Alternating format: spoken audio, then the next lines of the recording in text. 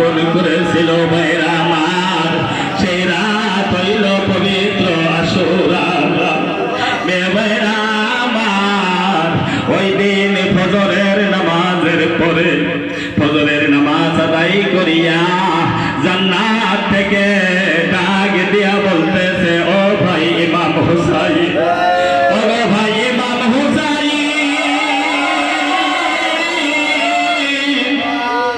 তুমি আর ওই কারবালার জমিনে দেরি করিও না ভাই হুসাইন।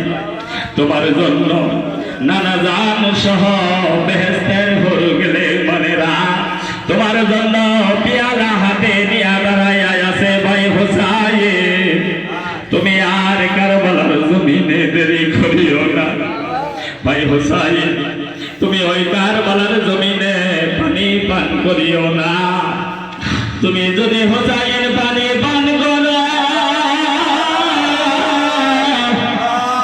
নানা জান যেই পেয়ালা হাতে নিয়ে দাঁড়াইয়া আছে সেই পেয়ালা তোমাকে দেওয়া হবে না।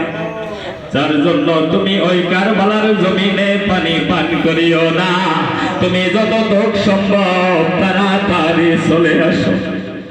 মেয়েরা ওই কারবালার জমিনে আবার ইমাম হুসাইন রাদিয়াল্লাহু তাআলা আনহুর সিট উঠিয়া যায়। আমি যুদ্ধে যাব বলতেছিলেন, আমি যুদ্ধে যাব।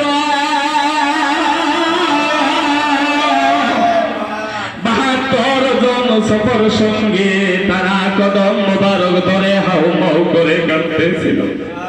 ওগো ইমাম হুসাইন, তুমি আমাদেরকে ছেড়ে যুদ্ধে যাও না। তুমি হুসাইন যুদ্ধে গেলে আর ফিরে আসবা না। আমরা কাকে দিয়া থাকবো গো? আমাদেরকে ছেড়ে তুমি যুদ্ধে যাও না। ইমাম হুসাইন কারো কথা করলে কারো কথা শুনলেন না। ওই কারবালার জমিনে আমার দয়াল নবীজির একজন বিবি উপস্থিত ছিলেন। তিনার কাছে যখন বিদায় নিতে যান, তিনার কাছে যখন বিদায় নিতে গেলেন, নানি যান,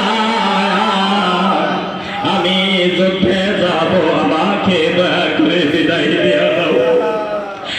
ওই সময় উনি ইমাম হুসাইনকে বুকের মধ্যে জড়াইয়া নিলেন।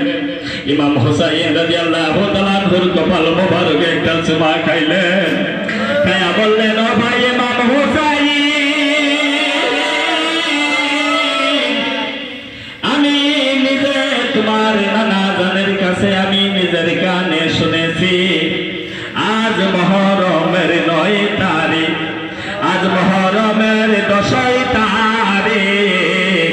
আজকের এই দিনটা যদি তুমি হুসাইন কোনোভাবে কাটাইয়া দিতে পারো, তোমার আর কোনোদিন বেদিনের কাছে মরণ হবে না।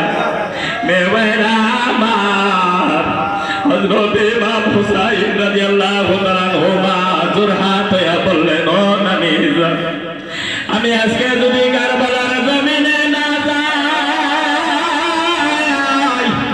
আমি হুসাইন যদি আজকে কারবালার জমিনে শহীদ না হই, কাল কিয়ামতের দিন আমি আমার নানা জানের সামনে কিভাবে যাইয়া দাঁড়াবো?